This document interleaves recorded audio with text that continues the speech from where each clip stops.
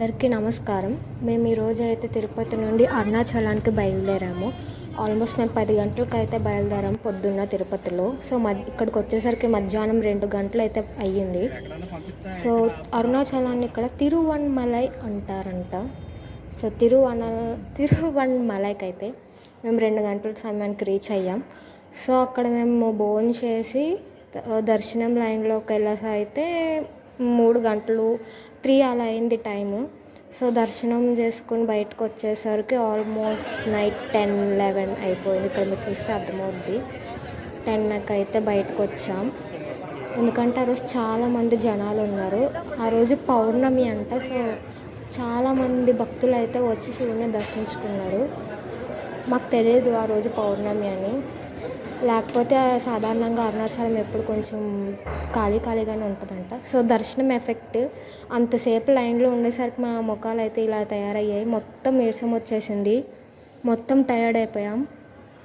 Almost 3 నుంచి night 10 వరకు queue లైన్లోనే ఉండిపోయాం మేమైతే. సో ఇదైతే నెక్స్ట్ డే మేము కాంచీపురానికి అయితే స్టార్ట్ అవుదామని బయలుదేరాం. వీళ్ళిద్దరూ పడుకున్నారు నిన్న ఎఫెక్ట్కి, కానీ నేను పడుకోలేదు. ఎందుకంటే నేను గూగుల్ మ్యాప్ చూసి దారి చెప్పాలి కాబట్టి. మేము ఇన్ని ఊర్లు తిరిగామంటే దానికి కారణం గూగుల్ మ్యాప్స్ మాత్రమే. సో గూగుల్ మ్యాప్స్లో దారి చెప్పడం కోసం నేను పడుకోకుండా అలా ఉన్నాను.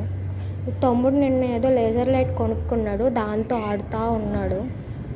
నేను కాంచీపురం అని చెప్పాను కదా, కానీ కాంచీపురం అమ్మవారి గుడికి వెళ్ళడానికి ఆల్మోస్ట్ 12 దాటిపోద్ది. సో అప్పుడు గుడి క్లోజ్ చేస్తారని చెప్పి అక్కడికి లెఫ్ట్ టర్న్ తీసుకుని శ్రీపురం అయితే మేము బయలుదేరాము. శ్రీపురం గోల్డెన్ టెంపుల్ అక్కడికైతే మేము బయలుదేరాం, నారాయణి అమ్మవారి గుడికి. అమ్మవారి దర్శనం అయితే అయిపోయింది. చాలా ఫాస్ట్గా అయిపోయింది, ఎందుకంటే జనాలు పెద్దగా లేరు. సో మేము అక్కడే అన్నదానంలో భోజనం కూడా చేసాము. చాలా బాగుంది. పప్పులో నెయ్యి కూడా వేశారు. సో అలా శ్రీపురం తర్వాత మేము కాంచీపురానికి వెళ్ళడానికి అయితే నిశ్చయించుకున్నాం. సో మేము ఆల్మోస్ట్ 4 అవుతుంది ఇప్పుడు టైము.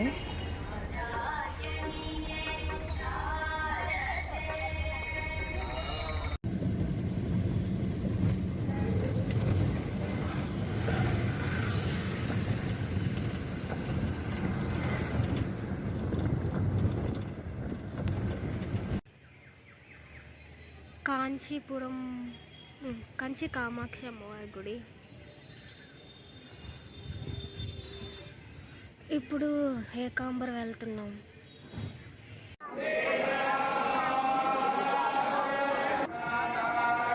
ఏకాంబరం అని చెప్పి ఏంటి చూపిస్తున్నాను అనుకుంటున్నారా? మేము దారి తప్పిపోయాం.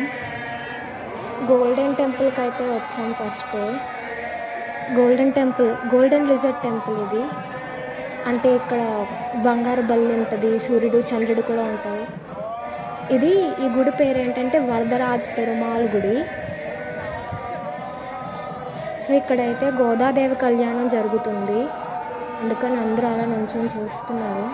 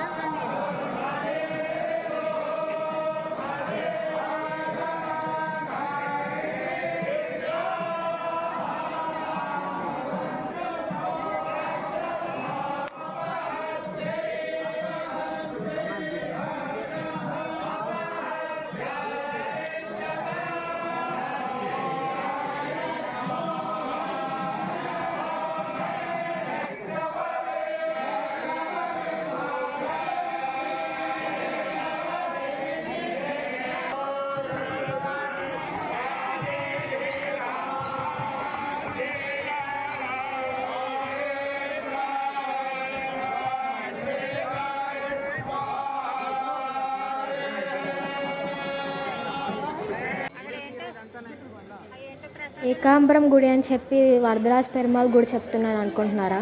మేము యాక్చువల్లీ మధ్యలో దారి తప్పిపోయాం.